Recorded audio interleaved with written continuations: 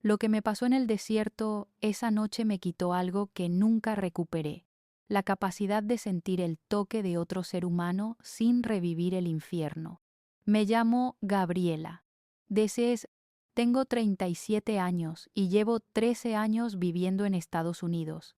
13 años desde que crucé la frontera con 24 años recién cumplidos, llena de sueños y esperanza. 13 años desde la noche que me arrebató una parte de mí que nunca volvió. Y hoy, por primera vez, voy a contar lo que realmente pasó, lo que nunca le he contado a nadie completo. Ni siquiera a los terapeutas que he visto durante años. Crecí en un pueblito de Oaxaca, de esos pueblos donde todos se conocen, donde las tortillas se hacen a mano cada mañana y el ritmo de la vida lo marca el sol. Mi familia era humilde pero unida. Papá trabajaba en el campo y mamá vendía tamales en el mercado. Éramos 6 hermanos y yo era la tercera. La vida no era fácil, pero tampoco nos faltaba lo esencial. Teníamos comida en la mesa, un techo sobre nuestras cabezas y sobre todo teníamos amor. Yo siempre fui la estudiosa de la familia. Me encantaba leer, aprender cosas nuevas, soñaba con ir a la universidad, con ser maestra, con regresar al pueblo y enseñar a los niños. Quería demostrar que una mujer de pueblo sin recursos podía lograr cosas grandes. Mis papás me apoyaban como podían. Mamá ahorraba cada peso que le sobraba de la venta de tamales para mis libros y uniformes. Terminé la preparatoria con buenas calificaciones. Solicité una beca para la universidad en la capital. La conseguí. Fue el día más feliz de mi vida. Recuerdo a mi mamá llorando de emoción, abrazándome tan fuerte que casi no podía respirar. Mi papá, un hombre de pocas palabras, me dijo que estaba orgulloso de mí. Esas palabras me llenaron el corazón. Estuve 3 años en la universidad. Estudiaba para ser maestra de primaria. Me encantaba. Cada clase, cada práctica con niños confirmaba que ese era mi camino. Pero, entonces, todo se complicó. La beca no cubría todos los gastos. Mis papás enviaban lo que podían, pero no era suficiente. Tuve que buscar trabajos de medio tiempo. Limpiaba casas, cuidaba niños, lo que fuera para seguir estudiando. Un día, mi hermano mayor, Javier, me llamó desde Estados Unidos. Llevaba 5 años allá, trabajando en la construcción en Texas. Me dijo que ganaba en una semana lo que yo ganaba en 2 meses en México, que si me iba para allá en un año podría juntar suficiente dinero para terminar la universidad sin problemas y todavía me sobraría para ayudar a la familia. Al principio le dije que yo no quería irme, que mi vida estaba en México, que estaba a punto de terminar mi carrera, pero luego las cosas se pusieron peor. Mi papá se enfermó. Necesitaba medicinas caras. El dinero que mandaba Javier no era suficiente. Mis hermanos menores todavía estudiaban. Mi mamá no daba abasto. Una noche, después de una jornada agotadora de clases y 2 trabajos, me senté a hacer cuentas. No alcanzaba. Por más que estirara cada peso, no alcanzaba. No podía terminar la universidad. No podía ayudar a mi familia. No podía mantenerme. Me puse a llorar en mi cuartito de la pensión donde vivía. Lloré de frustración, de cansancio, de impotencia. Fue entonces cuando realmente consideré la idea de irme al norte. Solo sería temporal, me dije. 1 año, máximo 2. Juntaba dinero, regresaba, terminaba mi carrera, ayudaba a mi familia. Tenía un plan. Todo iba a salir bien. Llamé a Javier y le dije que sí, que me quería ir. Él se puso feliz. Me dijo que me conseguiría un coyote de confianza, alguien que había ayudado a varios conocidos suyos a cruzar sin problemas, que me cuidara, que no me preocupara, que pronto estaríamos juntos del otro lado. Si alguna vez has sentido que tenías que elegir entre tus sueños y tu familia, si has tenido que tomar decisiones imposibles con el corazón partido en dos, suscríbete a este canal. Necesitamos saber que no estamos solos en estas luchas que nadie entiende hasta que las vive. Junté lo poco que tenía. Me despedí de mis profesores en la universidad, diciéndoles que tenía una emergencia familiar que regresaría pronto. No les dije la verdad, no podía. Fui al pueblo a despedirme de mi familia. Esa fue la parte más difícil. Mi mamá me abrazó y lloró. Me hizo prometerle que me cuidaría, que llamaría seguido, que no me olvidaría de quién era yo. Mi papá, enfermo en su cama, me tomó la mano con sus manos callosas y débiles y me dijo que fuera valiente. Mis hermanos menores me hicieron prometer que les mandaría fotos, que les contaría todo sobre Estados Unidos, que no me tardaría mucho en volver. Les prometí todo. Cada promesa se sentía como un puñal en el corazón, porque no sabía si podría cumplirlas, pero necesitaba creer que sí. Necesitaba creer que todo esto tenía sentido. Viajé en autobús desde Oaxaca hasta Sonora. Fueron 2 días de viaje, 2 días viendo cómo el paisaje cambiaba, volviéndose más seco, más árido, 2 días pensando en todo lo que dejaba atrás y todo lo que esperaba encontrar adelante. En Altar, el pueblo fronterizo donde me habían dicho que llegara, me recibió el contacto del coyote. Era una mujer de unos 40 años, de aspecto duro pero no desagradable. Se hacía llamar la Güera. Me explicó cómo sería todo. Viajaríamos en grupos pequeños, caminaríamos de noche por el desierto, tardaríamos entre 2 y 4 días dependiendo de las condiciones. Me cobró $3,000 que Javier ya había pagado por adelantado. Me llevó a una casa de seguridad donde había otras personas esperando para cruzar. Éramos como 20. Hombres, mujeres, hasta algunas familias con niños, todos con la misma mirada, miedo mezclado con esperanza, todos huyendo de algo, todos buscando algo mejor. Pasé 3 días en esa casa, días de espera tensa, de nervios, de escuchar historias de otros que ya habían intentado cruzar antes. Algunos contaban historias de éxito, de cómo habían llegado bien y ahora tenían buenos trabajos. Otros contaban historias de terror, de gente que se perdió en el desierto, que murió de sed, que fue asaltada, violada, asesinada. Yo trataba de no escuchar esas historias, pero se me quedaban grabadas. Finalmente llegó el día, o más bien, la noche. Nos sacaron de la casa al anochecer. Éramos un grupo de 12 personas, 6 hombres, 5 mujeres y un niño de unos 12 años que viajaba con su mamá. Nos subieron a una camioneta y nos llevaron hasta el punto donde empezaríamos a caminar. El coyote que nos iba a guiar era un hombre joven, de unos 30 años, delgado y nervioso. Se hacía llamar el Flaco. Nos dio instrucciones básicas. Caminaríamos en silencio, en fila, siguiéndolo a él. No nos apartaríamos del grupo por ninguna razón. Si veíamos luces, nos tiraríamos al suelo inmediatamente.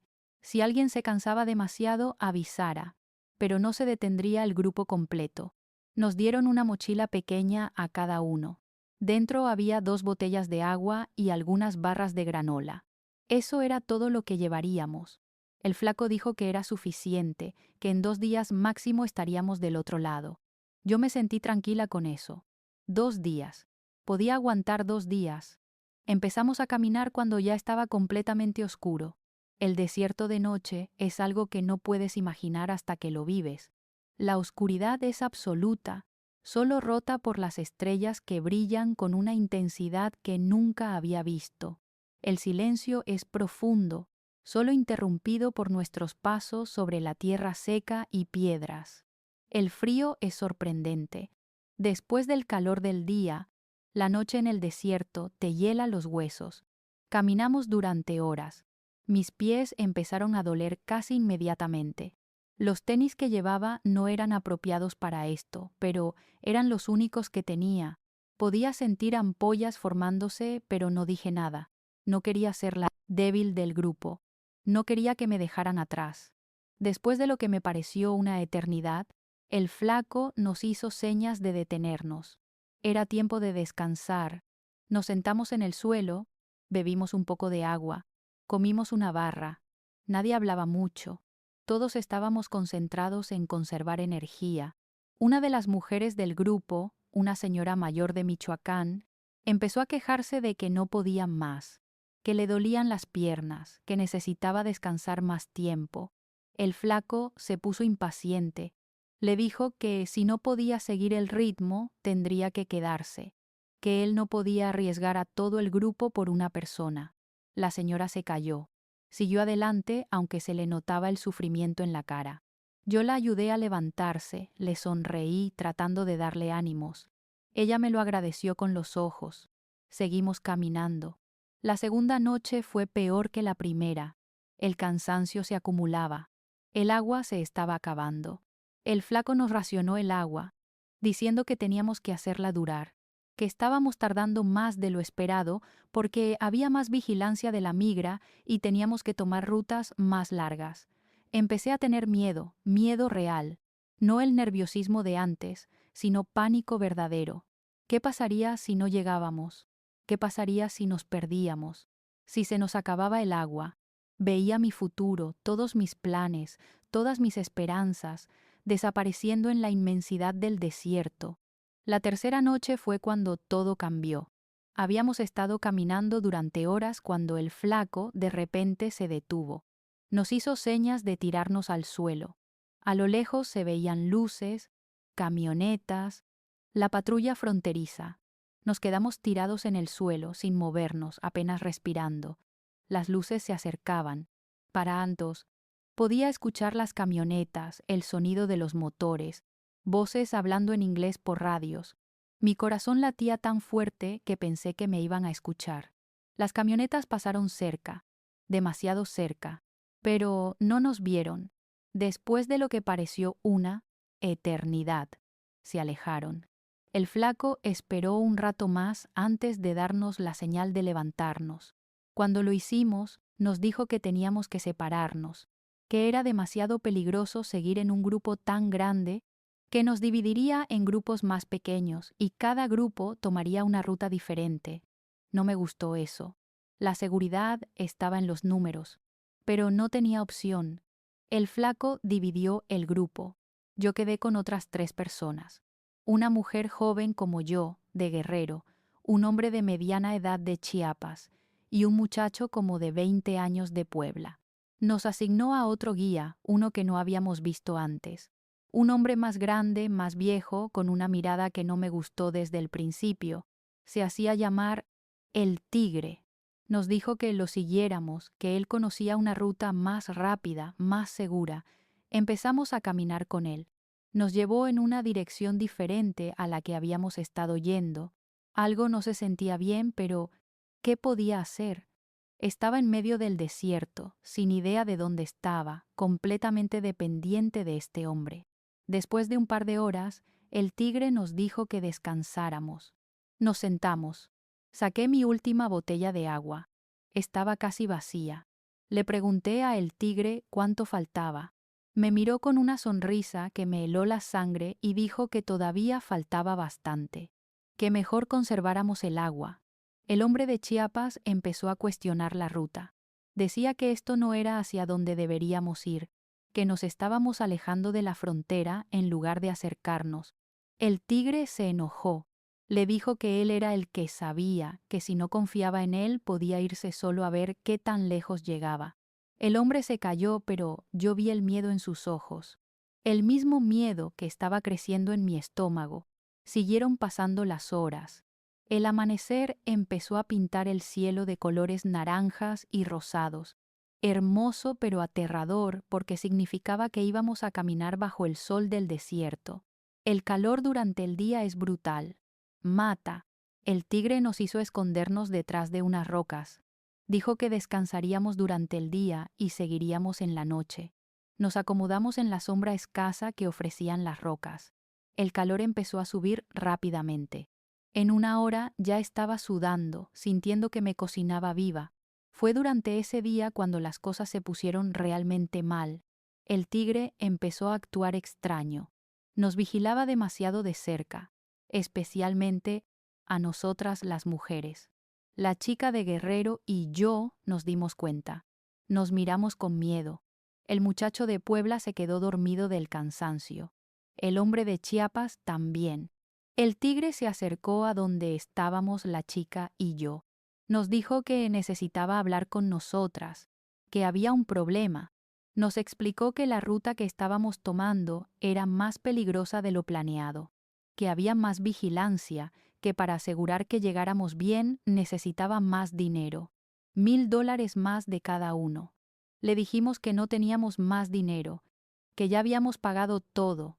Él sonrió, una sonrisa horrible, y dijo que si no teníamos dinero, había otras formas de pagar. Mi sangre se convirtió en hielo. Sabía exactamente a qué se refería. La chica de Guerrero empezó a llorar. Yo traté de mantener la calma. Le dije que podíamos llamar a nuestras familias, que conseguirían el dinero, que lo transferirían, lo que fuera necesario. Él se rió. Dijo que ahí no había señal de celular, que no había forma de comunicarse con nadie, que estábamos a su merced, que podíamos cooperar y llegar bien a Estados Unidos, o podíamos ser difíciles y quedarnos en el desierto, que a él no le importaba. Yo sentí que el mundo se me venía encima, todas las historias que había escuchado, todas las advertencias que había ignorado, se volvieron reales. Estaba atrapada en el desierto con un depredador y no había salida. El hombre de Chiapas se despertó en ese momento. Se dio cuenta de lo que estaba pasando. Trató de confrontar a el tigre. Le dijo que eso no era lo acordado, que nos llevara de regreso, que esto era un abuso. El tigre sacó una pistola. No había visto que la llevaba. Nos apuntó a todos y nos dijo que nos calláramos, que las cosas iban a ser como él dijera o ninguno de nosotros saldría vivo del desierto. El muchacho de Puebla se despertó con el alboroto. Vio la pistola, vio nuestras caras de terror, empezó a rogar. Le dijo a el tigre que podía quedarse con todo lo que tuvieran, que solo nos dejara ir. Pero el tigre no quería cosas, quería poder, quería control, y lo tenía, completamente. Lo que pasó después es algo que he tratado de bloquear de mi mente durante 13 años, algo que me despierta en las noches gritando, algo que me hace imposible dejar que alguien me toque sin sentir que mi piel se está quemando. El tigre nos ordenó que nos separáramos. Mandó a los dos hombres a un lado, lejos. Les dijo que si intentaban algo, nos mataría a las mujeres primero. Ellos obedecieron, impotentes, con lágrimas en los ojos. Luego nos miró a la chica de Guerrero y a mí. Nos dijo que decidiéramos quién iba primero, que si cooperábamos sería rápido y podríamos seguir nuestro camino, que si no, bueno, el desierto era muy grande y nadie encontraría nuestros cuerpos. La chica estaba histérica. Lloraba y temblaba. Yo también estaba aterrada, pero traté de mantener algo de control. Le dije al tigre que por favor no hiciera esto, que teníamos familias esperándonos, que éramos personas, no animales. Él se rió en mi cara, me dijo que aquí no importaba quién éramos, que aquí no había leyes, no había nadie que viniera a salvarnos, que éramos menos que nada. Decidí en ese momento que yo iría primero. No podía dejar que la chica, que parecía más joven que yo, más frágil, pasara por esto primero. Tal vez si yo iba primero y cooperaba, él se cansaría y la dejaría en paz a ella. Era una esperanza tonta, pero era lo único que tenía. Le dije que yo iría primero. La chica me miró con los ojos enormes, llenos de lágrimas y miedo. Le apreté la mano por un segundo. Luego me fui con el tigre detrás de las rocas, donde los otros no pudieran ver. Lo que pasó en esos 30 minutos me cambió para siempre. No voy a dar detalles porque no puedo, porque incluso después de años de terapia no puedo poner en palabras el horror. La violación es una palabra demasiado pequeña para lo que es. Es el robo de tu humanidad. Es la destrucción de tu sentido de seguridad. Es una herida que nunca, nunca sana completamente. Cuando terminó, me quedé tirada en el suelo del desierto, rota, física y emocionalmente destruida. El tigre me dijo que me levantara, que me vistiera, que regresara con los otros. Lo hice mecánicamente, como robot. Mi mente se había ido a otro lugar, un lugar donde esto no estaba pasando. Regresé donde estaban los demás. La chica me vio y empezó a llorar más fuerte. Sabía lo que me había pasado. Los hombres tenían lágrimas en sus caras, impotentes ante algo que no pudieron prevenir. Entonces el tigre fue por la chica. Ella gritó, se resistió, pero él era más fuerte. La arrastró detrás de las rocas.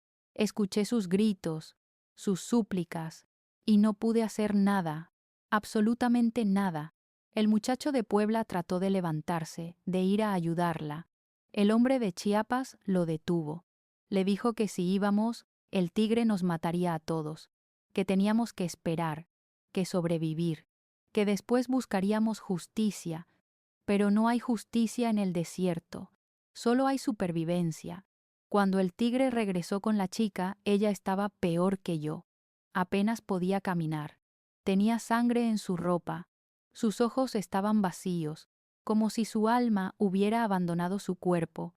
El tigre nos dijo que descansáramos, que en la noche seguiríamos caminando, que si le decíamos a alguien lo que había pasado, regresaría y mataría a nuestras familias, que él sabía dónde vivían, que tenía contactos en México que podían llegar a ellos fácilmente. No sé si era verdad, pero no podíamos arriesgarnos. El miedo nos mantuvo callados. Esa noche seguimos caminando. Ya no hablábamos. Éramos zombis siguiendo a nuestro captor. La chica y yo caminábamos juntas, apoyándonos mutuamente. Los hombres iban adelante, sin poder mirarnos a los ojos. 2 noches después, finalmente llegamos a una carretera. El tigre hizo una llamada. Una camioneta vino por nosotros. Nos llevó a una casa en un pueblo cuyo nombre nunca supe. Ahí nos separaron. A mí me mandaron con otras personas que iban hacia Texas. La chica fue enviada a otro lado. Nunca volví a verla. Nunca supe su nombre real, pero pienso en ella todos los días. El viaje a Texas fue borroso. No recuerdo mucho. Creo que mi mente se desconectó como mecanismo de defensa. Solo recuerdo llegar a San Antonio, donde Javier me estaba esperando.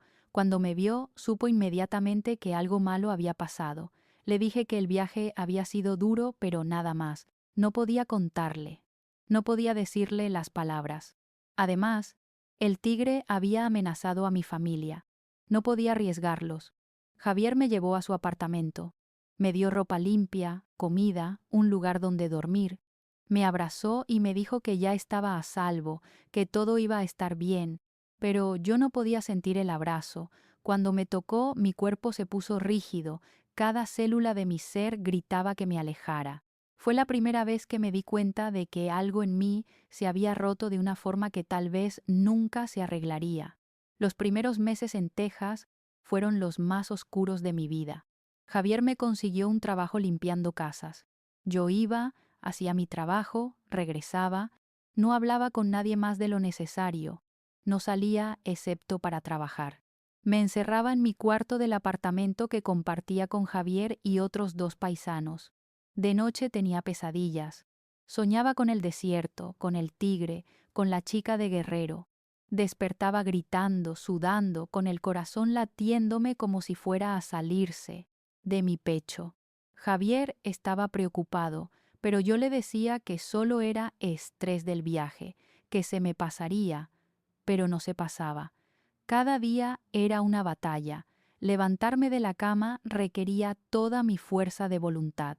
Comer era mecánico, no tenía sabor.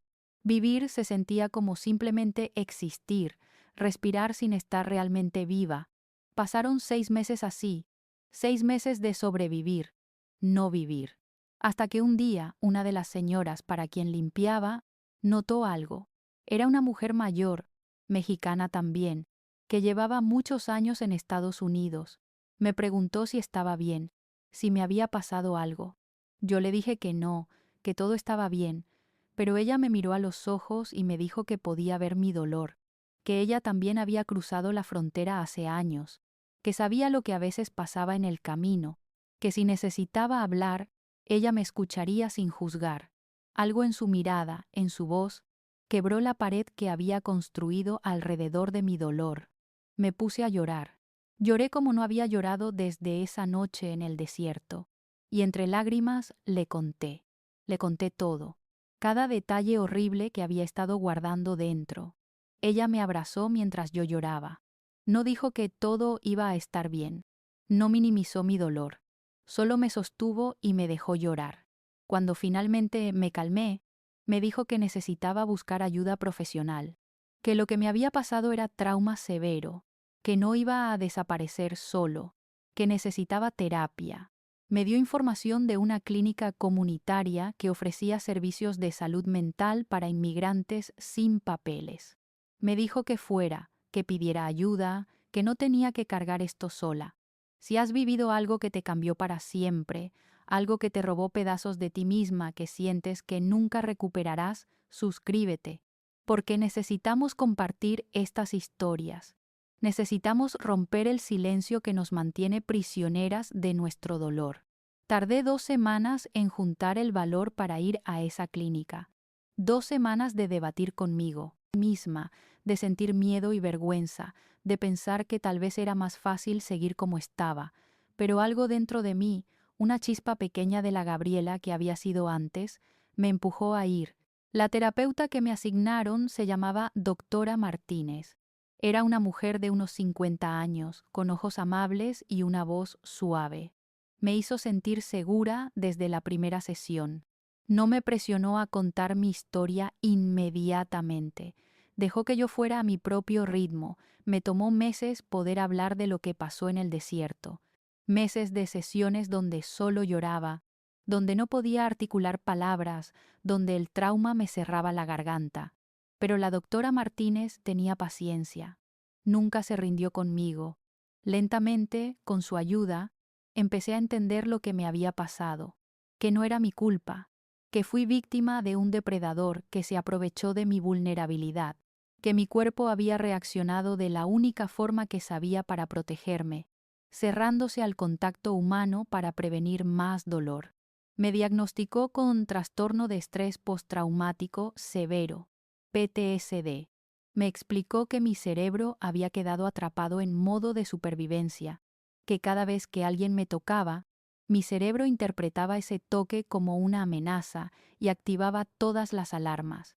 Por eso me ponía rígida, por eso sentía pánico, por eso no podía soportar el contacto físico.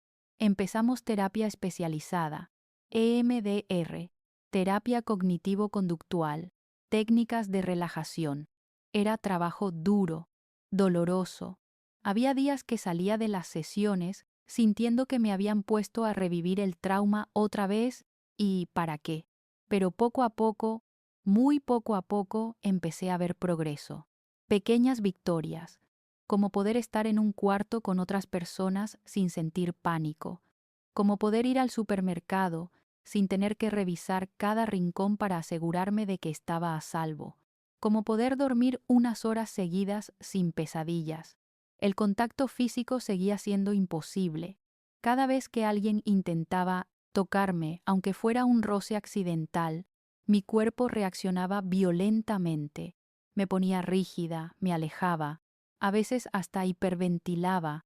La doctora Martínez me dijo que ese sería probablemente el último obstáculo en vencer, que el contacto físico requiere un nivel de confianza y seguridad que mi cerebro todavía no sentía. Javier estaba confundido y preocupado. No entendía por qué su hermana, que siempre había sido cariñosa y abrazadora, ahora se alejaba cada vez que él intentaba abrazarla. Le rompía el corazón verme así. Finalmente, con permiso de la doctora Martínez, le conté una versión editada de lo que había pasado. No todos los detalles, pero lo suficiente para que entendiera. Javier lloró. Lloró de rabia, de dolor, de culpa. Se culpaba a sí mismo por haberme convencido de venir, por haberme puesto en contacto con esos coyotes, por no haber estado ahí para protegerme. Le dije que no era su culpa, que él solo quería ayudarme, ayudar a la familia, que ninguno de nosotros podía haber predicho lo que pasaría. Después de esa conversación, Javier cambió la forma en que interactuaba conmigo. Ya no intentaba abrazarme, respetaba mi espacio. Cuando necesitaba comunicarme algo, usaba palabras en lugar de toques. Esa consideración significó todo para mí. Me mostró que podía tener relaciones donde se respetaran mis límites. Los años fueron pasando, seguí en terapia religiosamente. Seguí trabajando en mi sanación, Mejoré en muchas áreas. Conseguí mejores trabajos, aprendí inglés, empecé a hacer amigos, aunque siempre manteniendo una distancia emocional y física segura. Construí una vida para mí aquí en Estados Unidos. Pero el contacto físico seguía siendo mi gran barrera. Nunca tuve novio. Nunca permití que nadie se acercara de esa manera. La idea misma de intimidad física me provocaba ataques de pánico. Mi cuerpo y mi mente simplemente no podían separar el contacto físico del trauma. Cada toque, sin importar cuán inocente o bien intencionado, me regresaba al desierto, a esas rocas, a ese momento donde perdí el control sobre mi propio cuerpo. Mis compañeras de trabajo no entendían. Me invitaban a salir, a conocer hombres, me decían que era bonita, que debería tener novio, casarme, tener hijos. Yo solo sonreía y cambiaba de tema. No podía explicarles. No quería ver la lástima en sus ojos si supieran. A los 30 años había aceptado que probablemente viviría sola el resto de mi vida, que nunca experimentaría un abrazo romántico, un beso, hacer el amor. Esas cosas eran para otras personas, no para mí. Mi cuerpo había sido robado de mí esa noche en el desierto y nunca me lo había devuelto. Fue duro hacer las paces con eso. Todavía es duro. Veo parejas en la calle tomadas de la mano y siento una punzada en el pecho. No es envidia exactamente, es dolor por algo que nunca tendré, por una normalidad que me fue arrebatada. También batallé con mi identidad. Mi sexualidad quedó completamente confundida después del asalto. No sabía si evitaba el contacto porque el trauma me había cerrado a ello o si realmente no sentía atracción. Pasé años tratando de entender mi propia orientación sexual, si es que tenía alguna, o si el trauma había borrado esa parte de mí completamente. La doctora Martínez me ayudó a entender que no tenía que tener respuestas, que estaba bien no saber, que mi sexualidad o la falta de ella no me definía, que podía simplemente ser yo con mis límites, con mi historia, y eso era suficiente. Pero la sociedad no ve las cosas así. La gente asume que algo está mal contigo si estás sola a cierta edad. Me hacían preguntas invasivas. ¿Por qué no tenía novio? Si era lesbiana, si tenía problemas. Aprendí a inventar excusas, que estaba muy enfocada en mi carrera, que no había encontrado a la persona correcta, que disfrutaba mi independencia. Nadie necesitaba saber la verdad, que no podía tener novio porque la sola idea de alguien tocándome me provocaba náuseas y flashbacks, que mi cuerpo era una prisión de la que no podía escapar.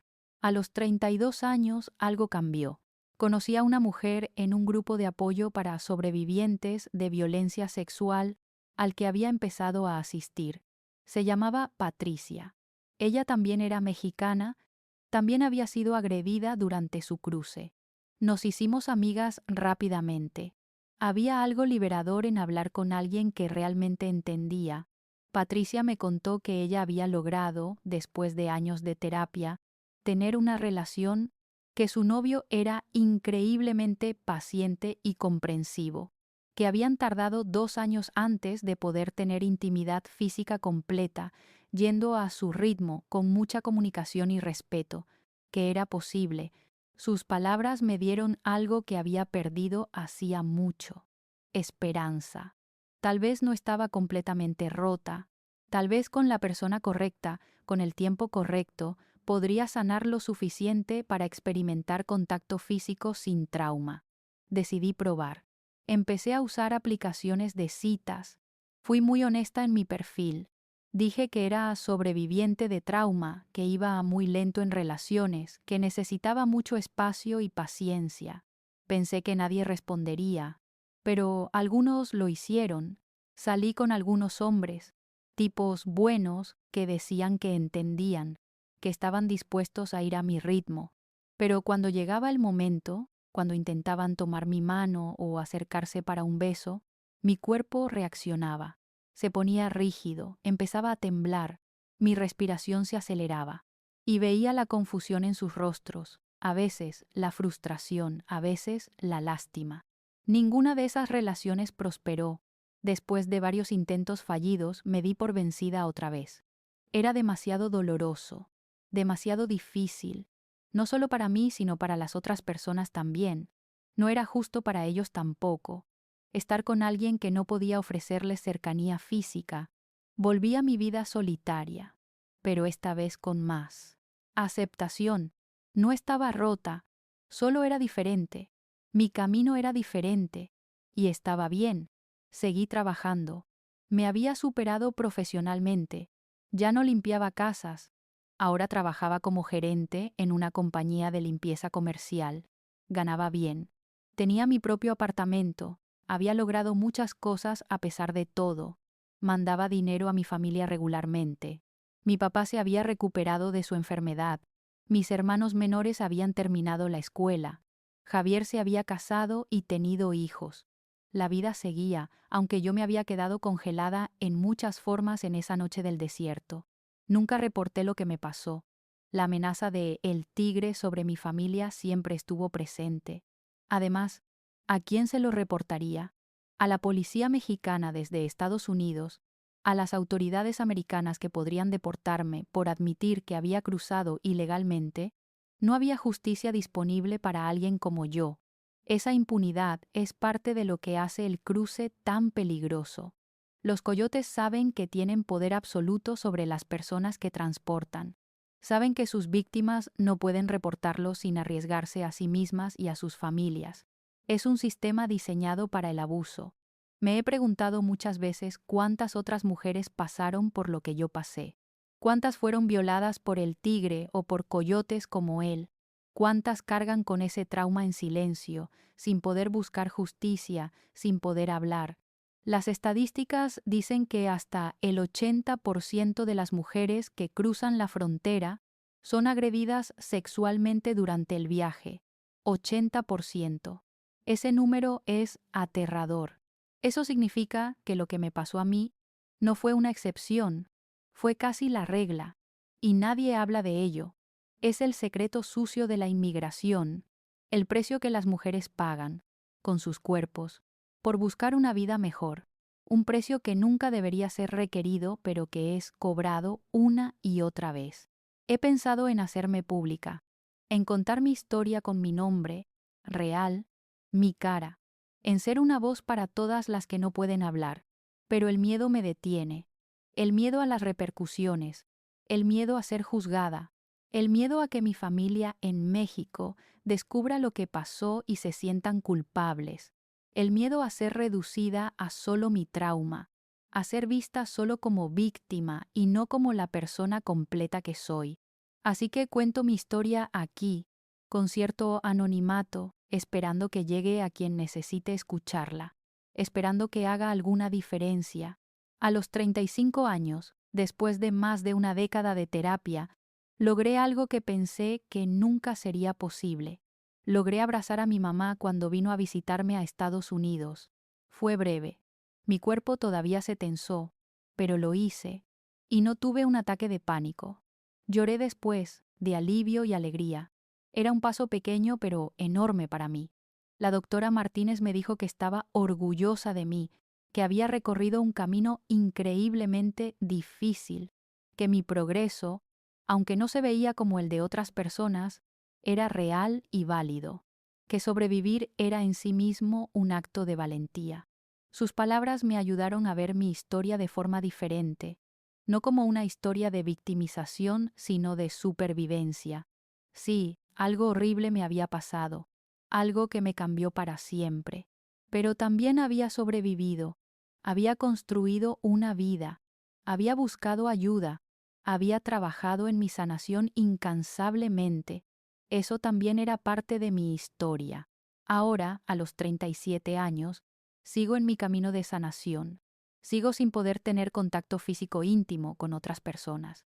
Sigo viviendo sola. Sigo batallando con el PTSD, aunque ahora tengo herramientas para manejarlo. Pero también tengo una vida que vale la pena vivir.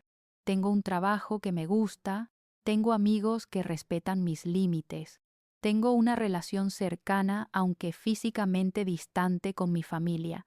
He viajado, he aprendido cosas nuevas, he crecido como persona. Mi vida no es la que imaginé cuando tenía 24 años y decidí cruzar la frontera, pero es mía. He aprendido que la sanación no es lineal. No es llegar a un punto donde todo está bien y ya. Es un proceso continuo. Hay días buenos y días malos. Hay semanas donde me siento fuerte y capaz, y semanas donde apenas puedo salir de la cama. Y está bien, todo es parte del proceso. También he aprendido que mi valor como persona no depende de mi capacidad de tener relaciones románticas o físicas. La sociedad nos dice que necesitamos eso para estar completos, pero no es verdad. Puedo vivir una vida plena, significativa, feliz, aunque sea diferente a la norma. ¿Me gustaría poder tocar y ser tocada sin miedo? Por supuesto, hay un dolor profundo en esa incapacidad, una soledad que a veces se siente insoportable, pero he aprendido a vivir con ese dolor, a no dejar que me consuma, a encontrar alegría y significado en otras cosas.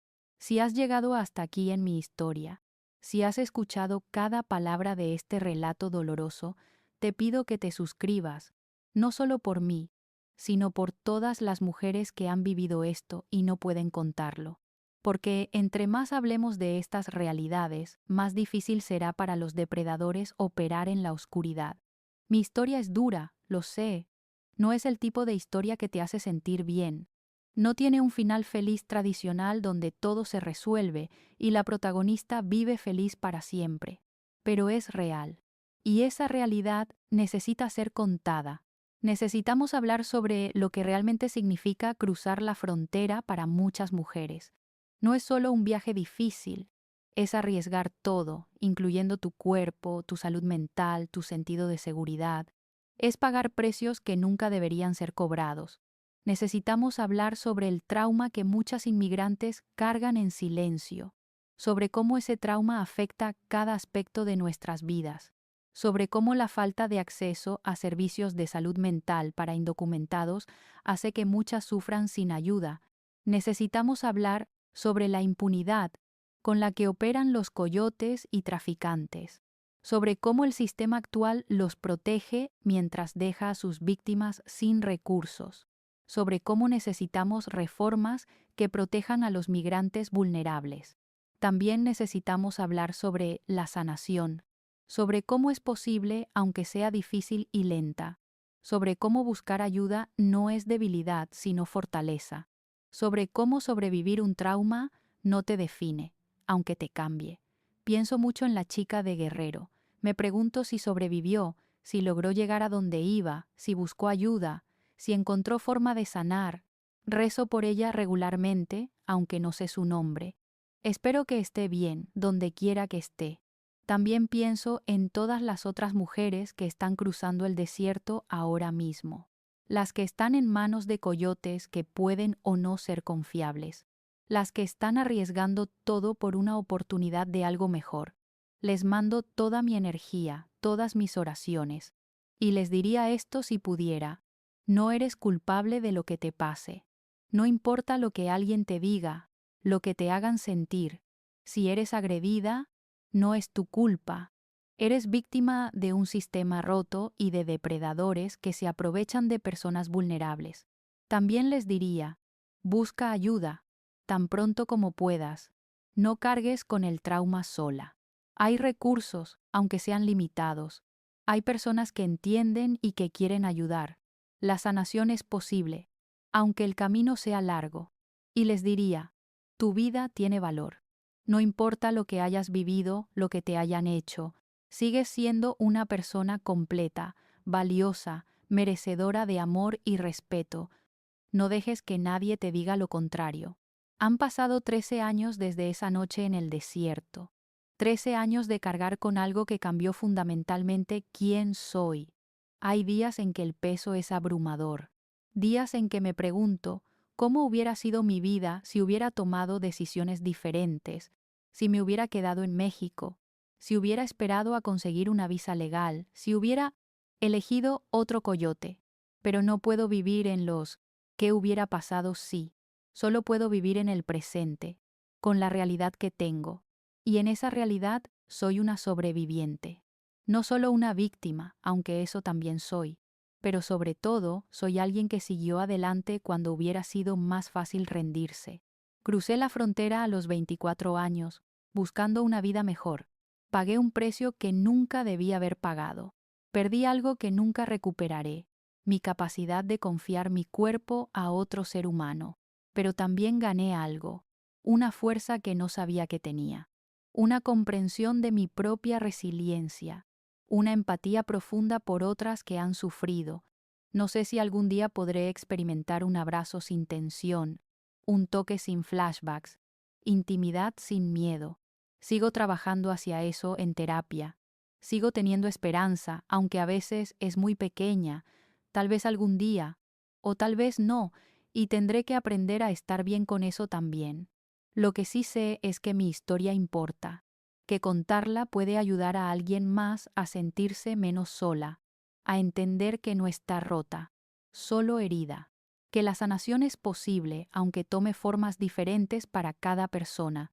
Si eres sobreviviente de violencia sexual, especialmente durante el cruce, quiero que sepas, te creo, tu historia importa, tu dolor es válido, no estás sola. Hay otras de nosotras, más de las que te imaginas, cargando historias similares. Y podemos ayudarnos mutuamente a sanar, a seguir adelante, a encontrar significado después del trauma.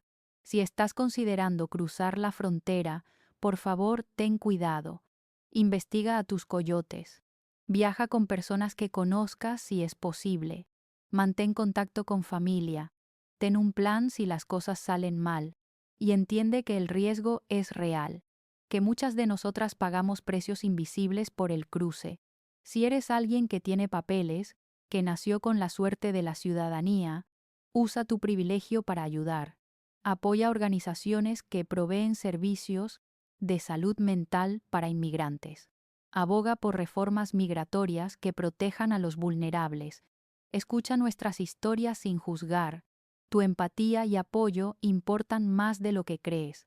Mi nombre es Gabriela. Crucé la frontera hace 13 años. Fui violada en el desierto por el hombre que se suponía me llevaría a salvo. Ese trauma me quitó la capacidad de experimentar contacto físico sin miedo, pero no me quitó mi humanidad, no me quitó mi valor, no me quitó mi derecho a una vida significativa. Esta es mi historia. Es dolorosa, es difícil, es incómoda, pero es real y necesita ser contada. Porque mientras sigamos en silencio sobre estas realidades, los depredadores seguirán operando libremente.